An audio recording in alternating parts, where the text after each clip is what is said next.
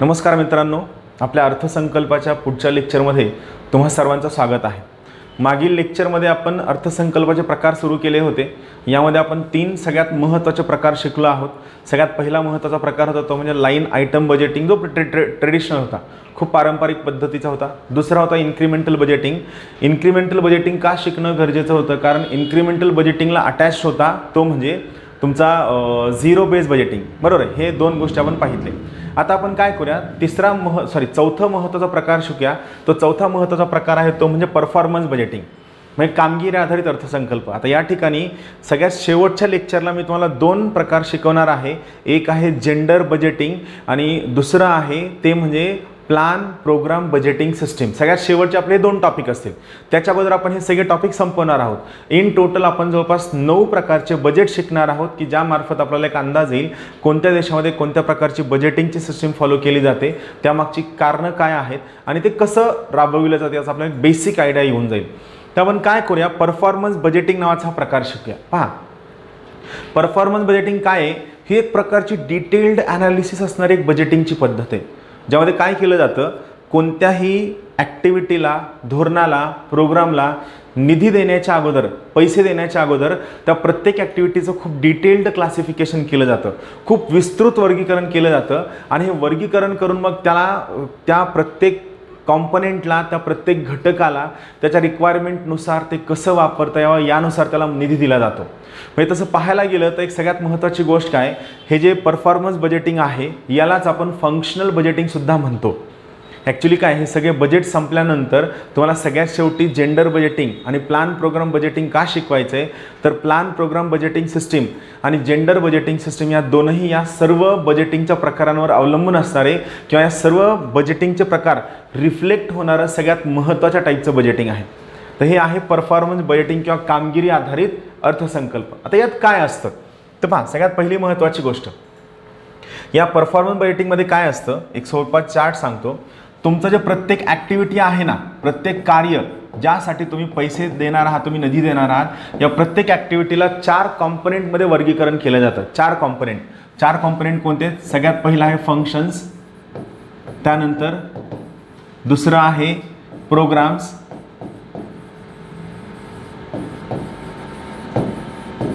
तिसरा आहे activities, functions, programs, activities, आणि चौथं आहे ते म्हणजे प्रोजेक्ट।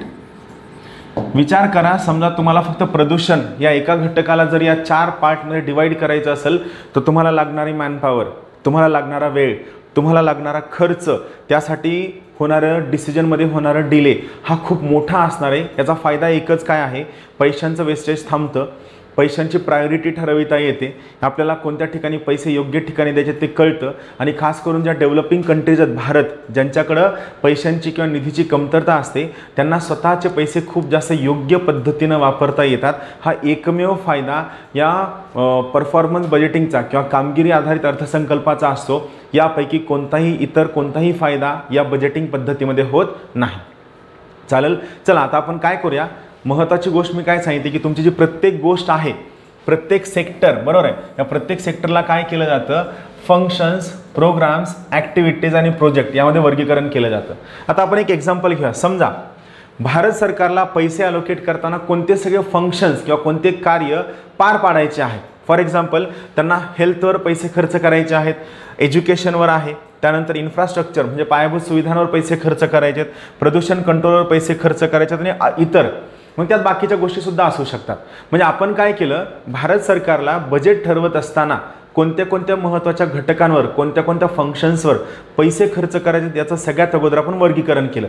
तर इथं आपण सिम्प्लिफिकेशनसाठी काय केलं, ही सर्व महत्त्वाचे फंक्शन्स आपण ठरवले, कोणते, हेल्थ आहे, एज्युकेशन आहे, इन्फ्रास्ट्रक्चर आहे, प्रदूषण आहे आणि इतर। आता आपण इथं काय करूया, आपल्याला हा बजेटचा प्रकार समजण्यासाठी आपण प्रदूषण या घटकाचा विचार करूया। समजा प्रदूषणवर या परफॉर्मन्स बजेटिंगमध्ये पैसे अलोकेट करताना कोणत्या टप्प्यांनी जावं लागेल, कसं जावं लागेल, कोणत्या टप्प्याला जास्त पैसे मिळतील, कोणत्या टप्प्याला कमी पैसे मिळतील, हे सगळं आपण काय करूया, प्रदूषण या फंक्शनच्या मार्फत समजून घ्या। समजा आता काय करायचं आहे, आपल्याला प्रदूषणावर या वर्षभरामध्ये 100 कोटी रुपये खर्च करायचे आहेत। आपल्याला काय करायचं आहे, प्रदूषण या घटकावरती समजा 100 कोटी रुपये खर्च करायचे. प्रदूषण मेन फंक्शन आहे.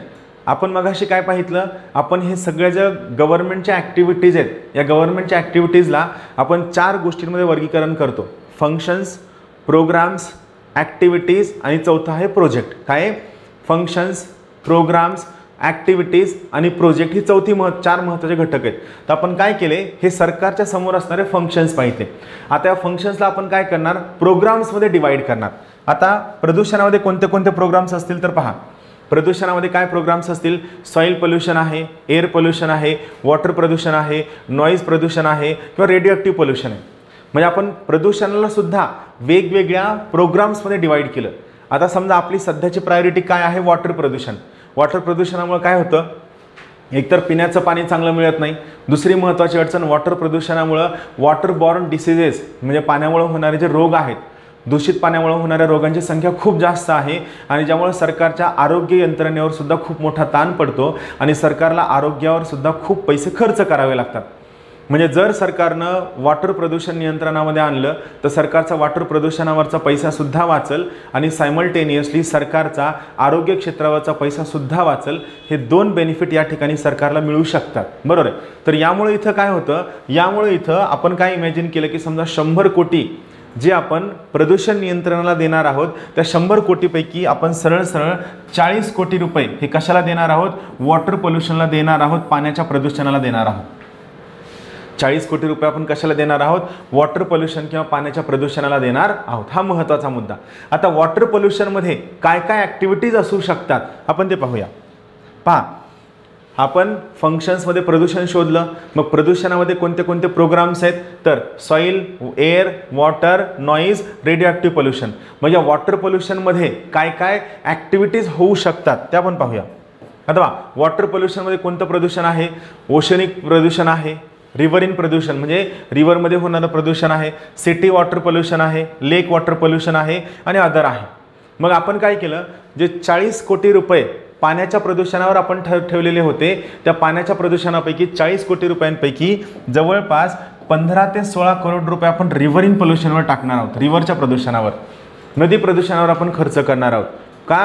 कारण नदी प्रदूषणावर नदीच्या किनारी असणाऱ्या लोकसंख्येचं प्रमाण खूप जास्त आहे आणि नदीमधील प्रदूषणामुळं रोगांचा शिरकाव मोठ्या प्रमाणामध्ये होतो. त्यामुळे आपली पहिली प्रायोरिटी असणार आहे नदी प्रदूषण नियंत्रित ठेवणे. मग आता नदी प्रदूषणामध्ये आपल्याला काय काय प्रोजेक्ट घ्यायचेत, कोणत्या स्कीम्स लॉन्च करायच्या, तर ते आहे पहा, नमामि गंगे, नदीचं पात्र विस्तृत करणं, वाईडनिंग ऑफ बेसिन, अवेअरनेस करणं, अदर गोष्टी. आता बेसिन वाईड करण्यासाठी आपण काय केलं, 9 ते 10 कोटी खर्च करतो. आलं लक्षात?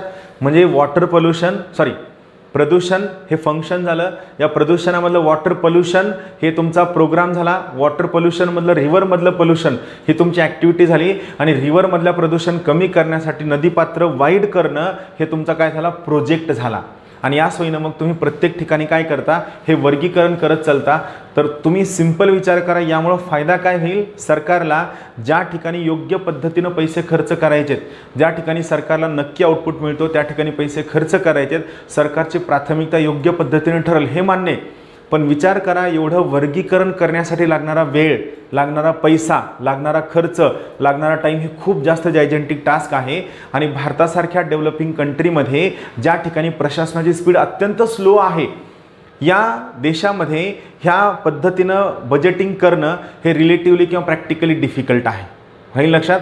तर ही फंक्शनल बजेटिंग किंवा याला आपण परफॉर्मन्स बजेटिंग या नावानं सुद्धा ओळखतो. राहील लक्षात? तुमच्या बजेटिंगला 4 घटकांमध्ये क्लासिफिकेशन केलं जातं. फंक्शन्स, प्रोग्राम्स, ॲक्टिव्हिटीज आणि प्रोजेक्ट या 4 घटकांमध्ये वर्गीकरण केलं जातं. पुढचे महत्त्वाचे मुद्दे आहेत. सगळ्यात महत्त्वाची गोष्ट, परफॉर्मन्स बजेटिंगला यालाच आपण दुसरा शब्द काय वापरतो, याला आपण फंक्शनल बजेटिंग किंवा ॲक्टिव्हिटी बजेटिंग या नावानं सुद्धा ओळखतो. परत एकदा सांगतो, फंक्शनल बजेटिंग, परफॉर्मन्स बजेटिंगला आपण फंक्शनल बजेटिंग किंवा ॲक्टिव्हिटी बजेटिंग या नावानं सुद्धा ओळखतो. पहिला महत्त्वाचा मुद्दा, याचं ओरिजिन अमेरिकेमध्ये आहे. या परफॉर्मन्स बजेटिंगची सुरुवात सगळ्यात अगोदर पहिलं हुवर कमिटी, इथं हुपर झाले, हुपर नाही तर हुवर आहे, पहिल्या हुवर कमिटीने याचा उल्लेख केला होता, HOOVER. पहिलं हुवर कमिशनने याची सुरुवात केली होती 1946ला. ह्या लक्षात ठेवा, दोन्ही मुद्दे महत्त्वाचे आहेत. याच्या वापराची सुरुवात 1950 मध्ये अमेरिकेत राष्ट्राध्यक्ष ट्रूमन यांचा फोकस फक्त खर्च नसून झालेल्या खर्चामुळे मिळालेल्या आउटपुट आणि आउटकम तपासणं आहे, हा याचा मुख्य उद्देश होता. भारतामध्ये सुद्धा परफॉर्मन्स बजेटिंग म्हणजे कामगिरी आधारित अर्थसंकल्पाची सुरुवात करावी असं रिकमेंडेशन 1956ला अंदाज समिती म्हणजे जी महत्त्वाची कमिटी एस्टिमेट्स कमिटी यांनी रिकमेंड केलं होतं. मी तुम्हाला सांगितलं होतं की आपल्या संसदीय समित्यांमध्ये खूप सगळ्या महत्त्वाच्या समित्या असतात.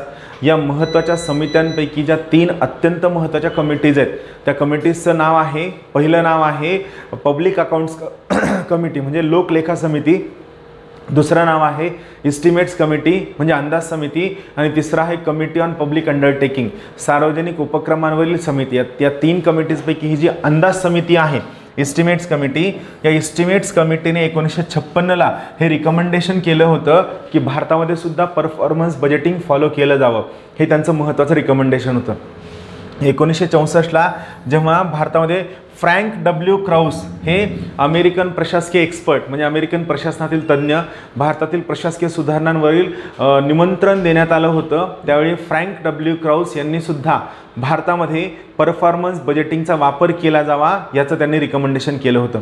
नावं लक्षात ठेवा, हुवर कमिटी, ट्रूमन, 1956 अंदाज समिती आणि 1964 फ्रँक डब्ल्यू क्राउस यांनी रिकमेंड केलं होतं की भारतानं सुद्धा या प्रकारचं परफॉर्मन्स बजेटिंग ज्याला फंक्शनल बजेटिंग किंवा ॲक्टिव्हिटी बजेटिंग या नावानं ओळखलं जातं याची अंमलबजावणी करावी. 1968चा जो पहिला प्रशासकीय सुधार आयोग होता, या पहिल्या प्रशासकीय सुधार आयोगानं सुद्धा रिकमेंड केलं होतं भारतासारख्या डेव्हलपिंग कंट्रीला जर अवेलेबल रिसोर्सेसचा योग्य वापर करायचा असेल तर भारताने सुद्धा या प्रकारे परफॉर्मन्स बजेटिंग फॉलो करावं याचं रिकमेंडेशन पहिल्या प्रशासकीय सुधार आयोगानं केलेलं होतं. या 3ही समित्यांनी परफॉर्मन्स बजेटिंगच्या अंमलबजावणीची सूचना केली होती, हे महत्त्वाचं आहे. यांच्या रिकमेंडेशननुसार भारतामध्ये पहिल्यांदा 1968 साली जे 4 महत्त्वाचे मंत्रालय आहेत या 4 महत्त्वाच्या मंत्रालयांमध्ये परफॉर्मन्स बजेटिंग लागू करण्यात आली होती, ज्यावेळी भारतामध्ये रोलिंग प्लॅन म्हणजे सरकती योजना सुरू होती. लक्षात ठेवा, 1968ला पहिल्यांदा 4 महत्त्वाच्या मंत्रालयांमध्ये परफॉर्मन्स बजेटिंग लागू करण्यात आली होती आणि ज्यावेळी आपण परफॉर्मन्स बजेटिंग लागू केलं त्यावेळी भारतामध्ये रोलिंग प्लॅन म्हणजे सरकती योजना लागू केली होती. 1977-78ला ही संकल्पना इतर 32 महत्त्वाच्या विकासात्मक डिपार्टमेंट म्हणजे डेव्हलपमेंट डिपार्टमेंटला लागू करण्यात आली, जेणेकरून त्या ठिकाणी होणारा खर्च कमी होईल व सरकारच्या पैशांची बचत होईल असं यांचं महत्त्वाचं उद्दिष्ट होतं. क्लिअर? चला आता काय करूया, आपण आउटकम बजेटिंग शिकूया. पण आउटकम बजेटिंग शिकण्यासाठी अगोदर आपल्याला जे 2 महत्त्वाचे टाईप्स आहेत बजेटिंगचे ते आपल्याला शिकायला हवे. काय आहेत? सोपं आहे. एक प्रकार आहे आउटपुट बजेटिंग, एक आहे आउटपुट बजेटिंग आणि दुसरा आहे आउटकम बजेटिंग.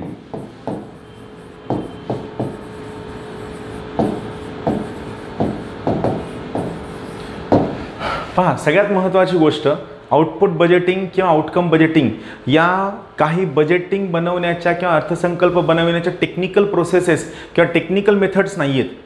आउटपुट बजेटिंग आणि आउटकम बजेटिंग या 2 काय आहेत? तुमचं बजेट बनवित असताना तुम्ही काय ऑब्जेक्टिव्ह ठेवून किंवा काय उद्दिष्ट ठेवून तुमचं बजेट बनवलेलं आहे त्याकडं लक्ष वेधणाऱ्या या 2 अत्यंत महत्त्वाच्या प्रोसेसेस आहेत, फिनॉमिनन आहेत.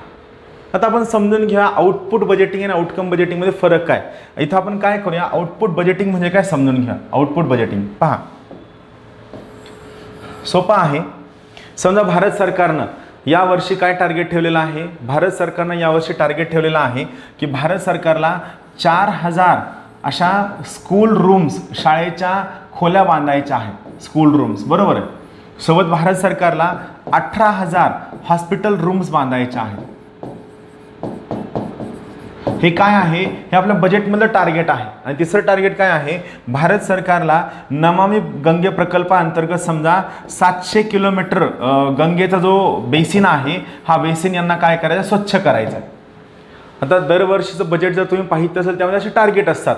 की घर बांधण्यावर एवढे पैसे खर्च करायचे आहेत, आरोग्यावर एवढे पैसे खर्च करायचे आहेत, वॅक्सिनला एवढे पैसे दिले जातील, नमामि गंगेसाठी एवढे, हे सगळं दरवेळेस तुम्ही काय केलेलं पाहितलेलं असतं. आता याचा अर्थ काय असतो? आउटपुट बजेटिंग काय म्हणतं पहा.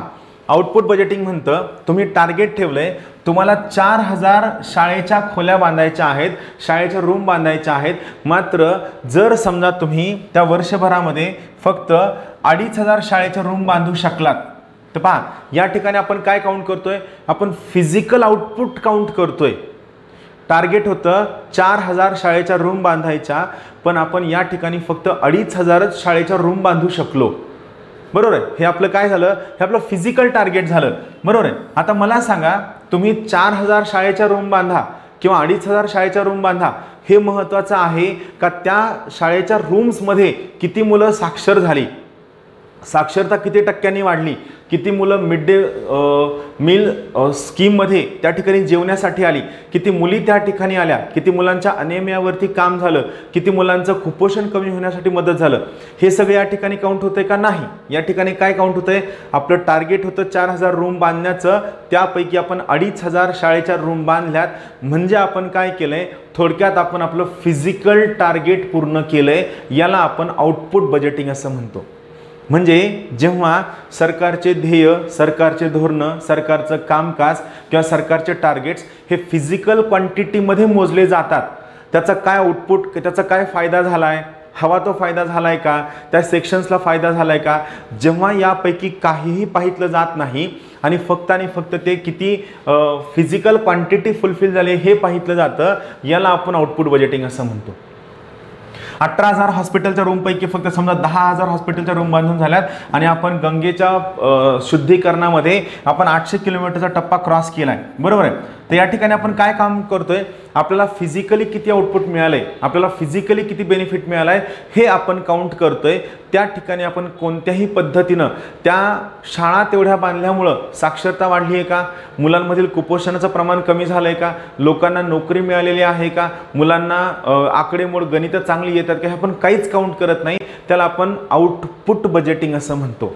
म्हणजे जेव्हा तुमच्या अर्थसंकल्पातील कामकाजाचं मोजमाप करत असताना हे मोजमाप जेव्हा क्वांटिटेटिव्ह पद्धतीनं केलं जातं, त्याचे डिझायर्ड रिझल्ट म्हणजे आपल्याला हवे ते फायदे मिळालेले आहेत की नाही हे काहीही न बघता फक्त ते त्या ठिकाणी बांधून झालेलं आहे की नाही हे तपासलं जातं. याला आपण आउटपुट बजेटिंग हा शब्द वापरतो. याला आपण काय करतो? आउटपुट बजेटिंग हा अत्यंत महत्त्वाचा शब्द वापरतो. राहील लक्षात? याला आपण आउटपुट बजेटिंग असं म्हणतो. मग आउटकम बजेटिंग काय आहे? तर या ठिकाणी किती शाळेच्या रूम बांधून झाल्यात हे महत्त्वाचं नाही. जेवढ्या शाळेच्या रूम बांधून झाल्यात त्यामुळं आपल्याला हवा तो आवश्यक असणारा डिझायर्ड रिझल्ट मिळालेला आहे की नाही हे तपासलं जातं. साक्षरता वाढलेली आहे का हे तपासलं जातं, किंवा कुपोषण कमी झालेलं आहे का हे तपासलं जातं. थोडक्यात आपल्याला निकाल मिळाला आहे का हे तपासलं जातं. थोडक्यात काय आउटपुट बजेटिंग म्हणजे काय? सर मी रोज 18 तास अभ्यास करतो, तर तुम्ही 18 तास हा जो अभ्यास करताय, 18 तास अभ्यास करणं हे आउटपुट बजेटिंग झालं. पण तुम्ही 18 तास अभ्यास केल्यानंतर जर तुम्हाला रिझल्ट मिळत नसेल तर तुमचं आउटकम काय झालं? 0 झालं. पण सर मी फक्त 6 तास अभ्यास करतो, मात्र मी प्रत्येक परीक्षा पास होतो, तुम्ही परीक्षा पास होणं याला आपण आउटकम असं म्हणतो.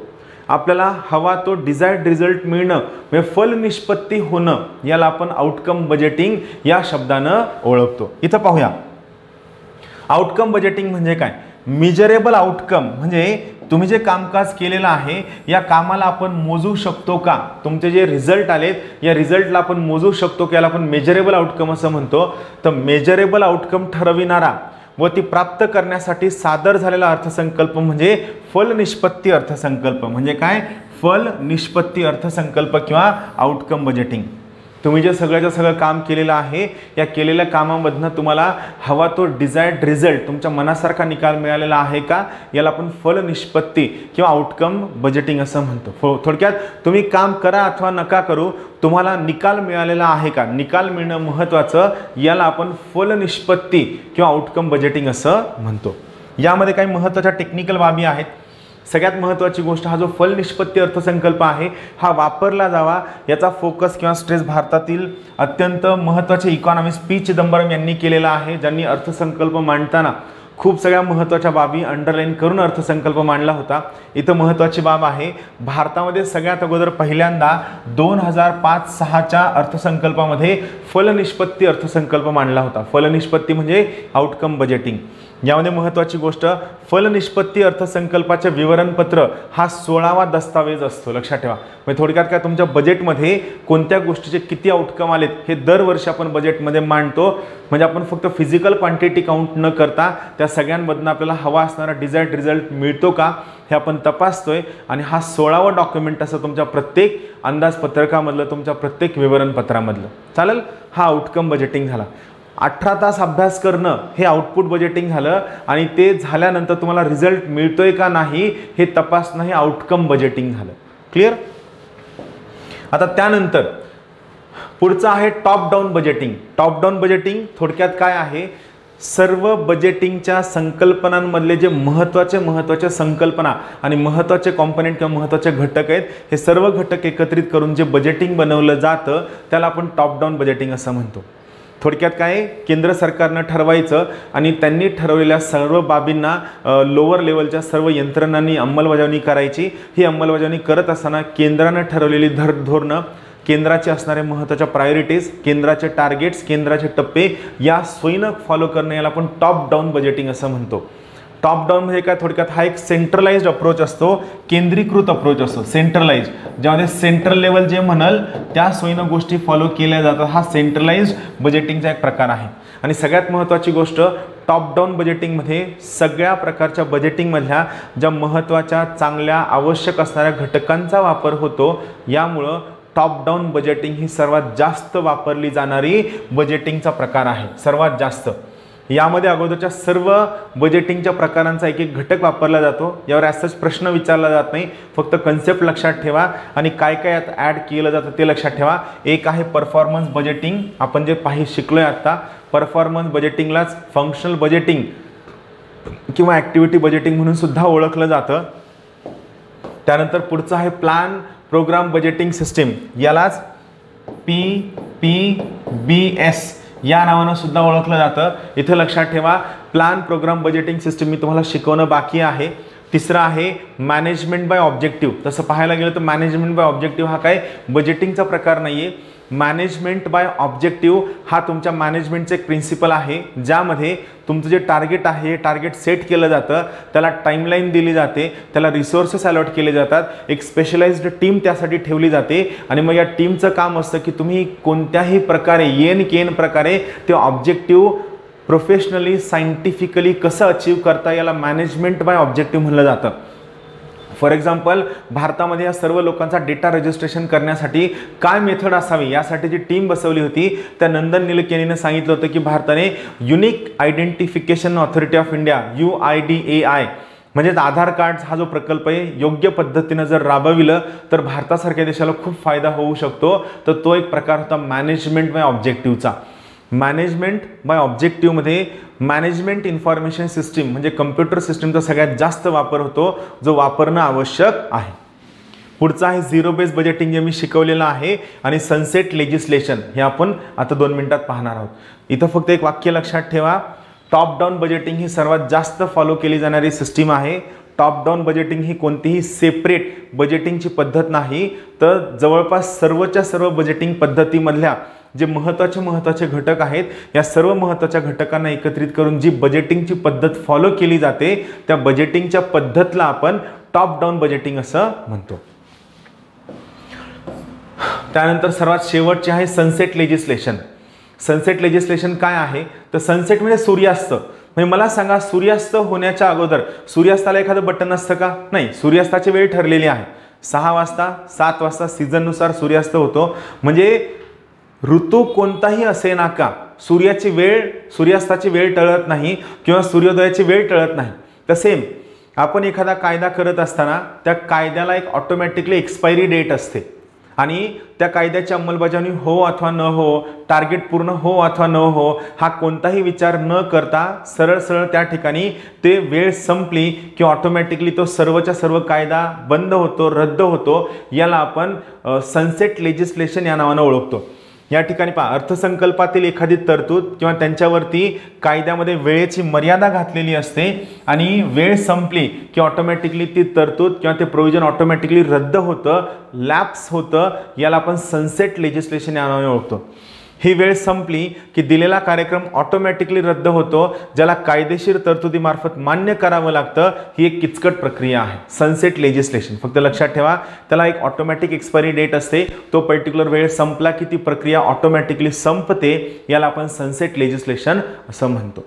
चालेल. आता आपले सगळ्यात शेवटचे 2 महत्त्वाचे अर्थसंकल्प बाकी आहेत. एक आहे जेंडर बजेटिंग आणि दुसरा आहे प्लॅन प्रोग्राम बजेटिंग सिस्टीम, जे आपण थोड्याच वेळात शिकूया. चालेल. तर मित्रांनो, आपण काल जे बजेटचे टाईप शिकत होतो त्या सगळ्या टाईपमधले सगळ्यात शेवटचे 2 टाईप आपले बाकी आहेत.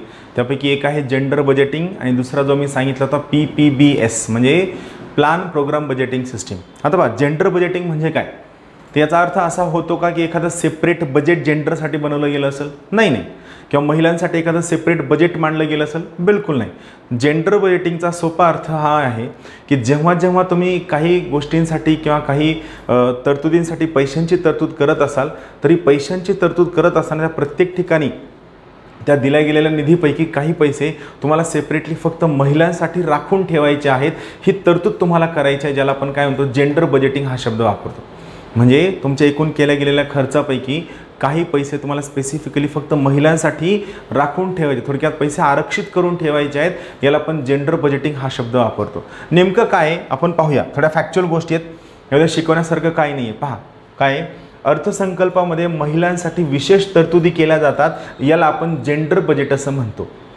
बजेट तेच असतं, पद्धत तीच असते, प्रक्रिया तीच असते, तरतुदी त्याच असतात. फक्त फरक काय केला जातो, तर या ठिकाणी महिलांसाठी समजा आपण 100 रुपये एखाद्या शिक्षणासाठी अलॉट केले, तर त्यामध्ये आपण स्पेसिफिकली हे सांगतो की 100 रुपयांपैकी 35 रुपये हे फक्त महिलांसाठी खर्च केले जातील आणि बाकीचे 65 रुपये महिला, पुरुष, शेड्यूल्ड कास्ट, शेड्यूल्ड ट्राईब या सर्वांच्या सोयीनं खर्च केले जातील. याला आपण जेंडर बजेटिंग असं म्हणतो. आलं लक्षात? हा एवढा सोपा कन्सेप्ट आहे. म्हणजे तुम्ही त्या बजेटमधल्या तरतुदींमध्ये काही पैसे स्पेसिफिकली फक्त महिलांसाठीच राखून काढून ठेवू शकता. याला आपण जेंडर बजेटिंग हा शब्द वापरतो. पण याचा अर्थ महिलांसाठी सेपरेट बजेट असा बिलकुल होत नाही. याची सुरुवात जवळपास 20-25 वर्षांपूर्वी झाली, ज्यावेळेस 1966 मध्ये युनायटेड नेशन आणि युनायटेड नेशनचा हाय कमिशन फॉर रेफ्युजीज आणि ह्युमन राईट्स यांनी स्वतः प्रत्येक देशांना सांगितलं की तुम्ही तुमच्या देशामध्ये अर्थसंकल्प बनवत असताना ज्या काही तरतुदी कराल, या सगळ्या तरतुदींमध्ये खास करून महिलांसाठी तुम्ही वेगळ्या तरतुदी काढून ठेवा, वेगळ्या गोष्टी मॅनेज करून ठेवा. याला जेंडर बजेट हा शब्द वापरला जातो. चालेल. आता आपण काय करूया, याच्या बाबतीत भारतामध्ये काय सगळ्या तरतुदी करण्यात आल्या, त्या कोणत्या पंचवार्षिक योजनेमध्ये करण्यात आल्या, ही अंमलबजावणी करत असताना यात सगळ्यात मेन नोडल एजन्सी कोणती आहे, हा फॅक्च्युअल डेटा आपण समजून घ्या. चालेल. पहा, यामध्ये महिलांच्या सबलीकरणासाठी म्हणजे विमेन एम्पॉवरमेंटसाठी केल्या वेगवेगळ्या योजनांसाठी विशिष्ट खर्चाची तरतूद केली जाते. म्हणजे काय, आपल्याला समजा महिलांचं एम्पॉवरमेंट करायचं आहे, तर एम्पॉवरमेंटसाठी अगोदर पैसे दिले जायचे, पण हे पैसे खास एम्पॉवरमेंटसाठी नसायचे, तर त्यांच्या कल्याणासाठी असायचे. पण आता काय असेल की या पैशांमधले काही पैसे स्पेसिफिकली फक्त विमेनच्या एम्पॉवरमेंटसाठी वापरले जातील आणि तो पैसे बजेटमध्ये विमेन एम्पॉवरमेंटसाठी राखून ठेवला जाईल. तो खर्च तुम्ही त्या विमेन एम्पॉवरमेंट सोडलं तर इतर कोणत्याही घटकासाठी खर्च करता कामा नये, याची तरतूद तुम्हाला करायची आहे. काय म्हणतं, महिलांच्या विमेन एम्पॉवरमेंटसाठी केल्या वेगवेगळ्या योजनांसाठी विशिष्ट खर्चांची तरतूद केली जातील. हा याचा महत्त्वाचा भाग आहे. राहील लक्षात? आता सगळ्यात महत्त्वाची गोष्ट, आपल्या जनगणनेनुसार जवळपास 48% महिला आहेत, पण या तुलनेमध्ये त्यांच्यावर तेवढा खर्च केला जात नाही. का? कारण पुरुषांचा बजेटमधील असेल, कामामधील असेल किंवा सगळ्या खर्चावरील शेअर असेल हा खूप जास्त आहे. भारतीय जनगणनेनुसार भारतात एकूण लोकसंख्येच्या जवळपास 48% महिला आहेत, परंतु पुरुषांच्या तुलनेत त्या सामाजिक निर्देशांक असतील, आरोग्य, शिक्षण, आर्थिक संधी इत्यादीनुसार या बाबतीत त्या खूप मागं आहेत. याकरिता महिलांसाठी अर्थसंकल्पामध्ये विशेष तरतूद करणं अत्यंत आवश्यक आहे, जेणेकरून आपण जो लोकसंख्याशास्त्रीय लाभांश म्हणजे डेमोग्राफिक डिव्हिडंड आहे, हा डेमोग्राफिक डिव्हिडंड आपण चांगल्या पद्धतीने मिळवू शकतो. हे याचं उद्दिष्ट आहे. भारतातील जेंडर बजेटिंगसाठी केले गेलेले प्रयत्न, यावर प्रश्न विचारला जाऊ शकतो. काय प्रयत्न केलेत? सगळ्यात पहिली गोष्ट लक्षात ठेवा, भारतामध्ये सर्वप्रथम महिलांसाठी असलेल्या योजनांवर स्वतंत्र निधीची जी तरतूद आहे ही करण्याची सुरुवात 9व्या पंचवार्षिक योजनेमध्ये म्हणजे 9th 5 year प्लॅनिंगमध्ये करण्यात आलेली आहे. आणि यामध्ये विमेन सब ग्रुप, महिला सब घटक योजनेनुसार यामध्ये महिलांसाठी विशेष वेगळे पैसे करून ठेवण्यात आलेले आहेत. त्यानंतर 8व्या पंचवार्षिक योजनेमध्ये विकास खर्चामधनं जे डेव्हलपमेंटल एक्सपेंडिचर आहे, या डेव्हलपमेंटल एक्सपेंडिचरमधनं काही स्पेसिफिक अमाऊंटची तरतूद ही महिलांसाठी करण्यात आली होती 8व्या पंचवार्षिक योजनेपासून. त्यानंतर पुढचं महत्त्वाचं आहे 9व्या पंचवार्षिक योजनेमध्ये, बरोबर आहे, जी महिला घटक योजना आहे याच्या माध्यमातून केंद्रीय म्हणजे केंद्राच्या योजना सोबतच राज्य सरकारच्या ज्या महिलांशी निगडीत महत्त्वाच्या योजना आहेत, यामध्ये विभागांना विविध योजनांच्या माध्यमातून 30% निधी जो आहे हा फक्त महिलांसाठी निश्चित करण्याचं त्यांना उद्दिष्ट ठेवण्यात आलेलं होतं. याचा अर्थ असा बिलकुल नाही की बाकीचा 70% निधी पुरुषांवर खर्च करा. 30% निधी हा फक्त महिलांसाठी खर्च केला जावा आणि बाकीचा 70% निधी मग महिला, पुरुष, लहान बालकं, ट्रान्सजेंडर्स या सर्वांसाठी खर्च केला जावा.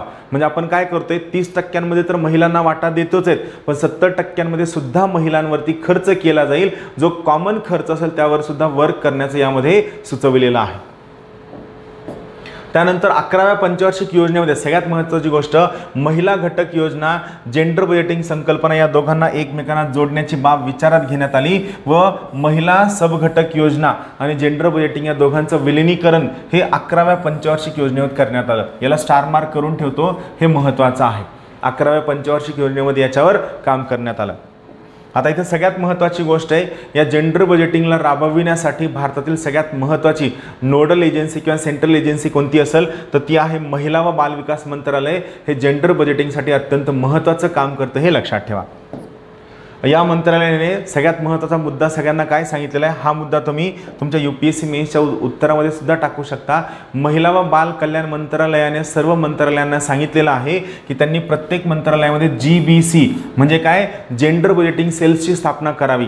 या जेंडर बजेटिंग सेलचं सगळ्यात महत्त्वाचं काम असेल की त्या मंत्रालयाच्या अंतर्गत महिलांसाठी किती तरतूद आलेली आहे, ही तरतूद खर्च झालेली आहे का, किती प्रमाणात खर्च झालेली आहे, याच्यावर काही करता येऊ शकतं का, या सगळ्या गोष्टींचा अभ्यास करण्यासाठी ही महत्त्वाची तरतूद करण्यात आलेली आहे. आत्तापर्यंत जवळपास 56च्या आसपास विभागांनी जेंडर बजेटिंग सेल्सची स्थापना केलेली आहे. जवळपास 56च्या आसपास डिपार्टमेंट्सनी जेंडर बजेटिंग सेल्सची स्थापना केलेली आहे. या काही महत्त्वाच्या योजना आहेत, त्या फक्त लक्षात ठेवा. महिलांच्या योजनांवर खूपदा प्रश्न असतो जो तुम्हाला माहीत असायला हवा. हे ओव्हरऑल होतं जेंडर बजेटिंगबद्दल. आत्तापर्यंत प्रिलिम्सला जर जेंडर बजेटिंगवर प्रश्न आला तर तो डेफिनेशनवर आला आहे. तसं पाहायला गेलं तर जेंडर बजेटिंगवर असा कोणताही फॅक्च्युअल डेटा नाही आहे. सो विनाकारण तुम्ही इंटरनेटवर जाऊन जेंडर बजेटिंगशी निगडीत असणारा कोणताही फॅक्च्युअल डेटा शोधत बसून त्यावर तुमचा वेळ वाया घालवू नका, हे लक्षात ठेवा. आता सगळ्यात शेवटचा आपला बजेटिंगचा प्रकार बाकी आहे, तो आहे PPBS. PPBS चा फुल फॉर्म काय आहे, प्लॅन प्रोग्राम बजेटिंग सिस्टीम. पहा, प्लॅन प्रोग्राम बजेटिंग सिस्टीम आणि काल आपण जो पाहितला कोणता, कामगिरी आधारित अर्थसंकल्प म्हणजे परफॉर्मन्स बजेटिंग, या दोन्हीमध्ये काहीच फरक नाही आहे, 0% फरक आहे. जर दोन्हीमधलं डिफरन्शिएशन आपल्याला करायचं झालं तर काय फरक निघू शकतो तुम्हाला सोप्या भाषेत सांगू का. पहा, प्लॅनिंग प्लस परफॉर्मन्स बजेटिंग, जे आपण काल पाहिलं आठवतं, कामगिरी आधारित अर्थसंकल्प. प्लॅनिंग प्लस परफॉर्मन्स बजेटिंग या दोघांचं एकत्रीकरण म्हणजे काय, प्लॅन प्रोग्राम बजेटिंग सिस्टीम. हा सोपा अर्थ आहे. जेव्हा तुमच्या कामगिरी आधारित अर्थसंकल्पाला तुम्ही नियोजनाची जोड देता, प्लॅनिंगची जोड देता, तेव्हा त्याला आपण प्लॅन प्रोग्राम बजेटिंग सिस्टीम या नावानं ओळखतो. हा एवढा सोपा कन्सेप्ट आहे. जेव्हा तुमच्या कामगिरी आधारित अर्थसंकल्पाला तुम्ही प्लॅनिंगची किंवा नियोजनाची जोड देता त्याला आपण प्लॅन प्रोग्राम बजेटिंग सिस्टीम या नावानं ओळखतो. आपण काय करूया, थोडक्यात फॅक्च्युअल गोष्टी पाहूया. तसं पाहायला गेलं तर खूप जास्त महत्त्वाचं नाही आहे, पण तुम्हाला माहीत असावं. इंग्लिशमध्ये आहे, मराठीमध्ये मटेरियल मिळालं नाही, मी तुम्हाला ते मराठीमध्ये समजावून सांगतो की काय आहे. पहा, सगळ्यात पहिली महत्त्वाची गोष्ट, प्लॅन प्रोग्राम बजेटिंग सिस्टीम काय आहे तर नियोजन आणि कामगिरी आधारित अर्थसंकल्पाचं जे आपण एकात्मीकरण करतो, इंटिग्रेशन करतो, यालाच आपण प्लॅन प्रोग्राम बजेटिंग सिस्टीम या नावानं ओळखतो. राहील लक्षात. हे सगळ्यात की लाईन असेल तुमच्या परीक्षेमध्ये विचारल्या जाणाऱ्या प्रश्नावरती. मग इथं महत्त्वाचं काय आहे तर सगळ्यात महत्त्वाची गोष्ट ज्या सगळ्या बजेटचे टार्गेट्स आहेत, गोल आणि उद्दिष्टांचं आयडेंटिफिकेशन करणं. म्हणजे सरकारनं स्वतःचं बजेट ठरवत असताना किंवा एखाद्या कामासाठी पैसे खर्च करण्याची तरतूद करत असताना या पैशांचा गोल्स काय आहेत, यांचे उद्दिष्ट काय आहेत, यांचे ऑब्जेक्टिव्स काय आहेत, त्याला कसं आपल्याला अचीव करायचं आहे. म्हणजे पहिलं काम काय करणं, गोल आणि उद्दिष्टांचं आयडेंटिफिकेशन करणं की आपल्याला नेमकं अचीव काय करायचं आहे. मग हे गोल आणि उद्दिष्ट फक्त एका क्षेत्रासाठी नाही तर सर्व क्षेत्रांसाठी ठरविणं हे या PPBSचं पहिलं उद्दिष्ट. म्हणजे अगोदर ऑब्जेक्टिव्ह ठरवायचं. मग हे ठरविल्यानंतर हे उद्दिष्ट मिळवण्यासाठी असणाऱ्या सर्व कार्यक्रमांचं विश्लेषण करणं की सध्या ज्या सगळ्या धोरणं असतील, सगळ्या स्कीम्स असतील, सगळे कार्यक्रम असतील, हे सगळे कार्यक्रम किती प्रमाणात यशस्वी झालेत, का यशस्वी झालेत, का अयशस्वी झालेत, किती खर्च लागला आहे, याच्याऐवजी आपण दुसरं एखादं वापरू शकलो असतो का, या सर्व गोष्टींचं विश्लेषण करणं हे याचं दुसरं महत्त्वाचं उद्दिष्ट आहे. या कार्यक्रमाचं विश्लेषण करणं, ॲनालिसिस करणं की आपल्याला टार्गेट अचीव करताना आपण जे सगळे कार्यक्रम धोरणं सगळं राबविलं आहे या सगळ्यांचं विश्लेषण करणं. मग यांचं विश्लेषण केल्यानंतर या प्रत्येक प्रकल्पासाठी आता नव्यानं किती खर्च येऊ शकतो याचा अंदाज बांधणं. म्हणजे मागच्या वेळेस किती होते, आता किती द्यायला हवे, आपल्याकडे किती पैसे आहेत, या सगळ्यांचा नव्यानं अंदाज बांधणं. आणि हा अंदाज बांधत असताना हा प्रोग्राम आपण कंटिन्यू करावा की याऐवजी आपण दुसरा कंटिन्यू करावा, या सर्वांचं कॉस्ट बेनिफिट ॲनालिसिस करणं. या सर्वांचं काय करणं, कॉस्ट बेनिफिट ॲनालिसिस करणं. आणि जर आपण नव्यानं जो प्रोग्राम आणतोय यामध्ये कमी खर्चामध्ये आपण जर टार्गेट अचीव करू शकत असेल तर ते टार्गेट अचीव करायचं, त्या सोयीने याची अंमलबजावणी करायची, अदरवाईज अंमलबजावणी करायची नाही. आणि सगळ्यात शेवटी याचं इव्हॅल्युएशन करायचं, मूल्यांकन करायचं आणि मग याची अंमलबजावणी करायची, हा याचा उद्देश आहे. राहील लक्षात. हे याचा सगळ्यात महत्त्वाचा कोर आहे प्लान प्रोग्राम बजेटिंग सिस्टीमचा. थोडं थिअरॉटिकल किंवा फिलॉसॉफिकल वाटू शकतं पण हे कोर लक्षात ठेवा. राज्यसेवा मुख्यमध्ये सरळ या कोरवर प्रश्न विचारला जाऊ शकतो. मग ह्याच कोरला जो बजेटचा याला आपण काय केलेलं आहे, आपण याला काही स्टेजेसमध्ये डिवाईड केलेलं आहे ज्यांना आपण काय म्हणतो प्लान प्रोग्राम बजेटिंग सिस्टीमच्या स्टेजेस काय असतील. सगळ्यात पहिली स्टेज काय असणार आहे, सगळ्यात पहिली स्टेज असणार आहे स्पेसिफिकेशन ऑफ ऑब्जेक्टिव्ह. म्हणजे आपल्याला नेमकं काय अचीव करायचं आहे. मग आपल्याला जे टार्गेट अचीव करायचं आपण सिस्टमिक ॲनालिसिस करायचं. म्हणजे त्या टार्गेटसाठी कोणते घटक आवश्यक आहेत, त्याला किती खर्च येणार आहे, कोणते रिसोर्सेस आवश्यक आहेत, मग यांचं इंटर रिलेशनशिप कसं आहे, यांचा बाहेरच्या वातावरणावर काय परिणाम होऊ शकतो, यांचा अंतर्गत वातावरणावर काय परिणाम होऊ शकतो, या सगळ्यांचं काय करणं, सिस्टमिक ॲनालिसिस करणं. आणि सिस्टमिक ॲनालिसिस झालं की मग आपल्याला जे ऑब्जेक्टिव्ह अचीव करायचं आहे या सगळ्यांचं फंक्शनल क्लासिफिकेशन करणं, जे आपण काल पाहितलं. कशामध्ये करणं, फंक्शन्स, प्रोग्राम्स, ॲक्टिव्हिटीज आणि प्रोजेक्ट याच्यामध्ये यांचं काय करणं, वर्गीकरण करणं. एकदा का याचं वर्गीकरण झालं की याला जे रिसोर्सेस लागतात, मग ते फायनान्शियल रिसोर्सेस असो, ह्युमन रिसोर्सेस असो, मटेरियल रिसोर्सेस असो, फिजिकल रिसोर्सेस असो किंवा इन्फ्रास्ट्रक्चरल रिसोर्सेस असो, या सर्व रिसोर्सेसचं ऑर्गनायझेशन करणं, ऑर्गनायझेशन ऑफ रिसोर्सेस आणि फायनली मग याचं इम्प्लिमेंटेशन केल्यानंतर मूल्यांकन करणं हा याचा उद्दिष्ट आहे. इथं परत परीक्षा सोयीनं काय लक्षात ठेवायचं आहे, फक्त स्टेजेस आणि मगाचा कोर लक्षात ठेवायचा आहे.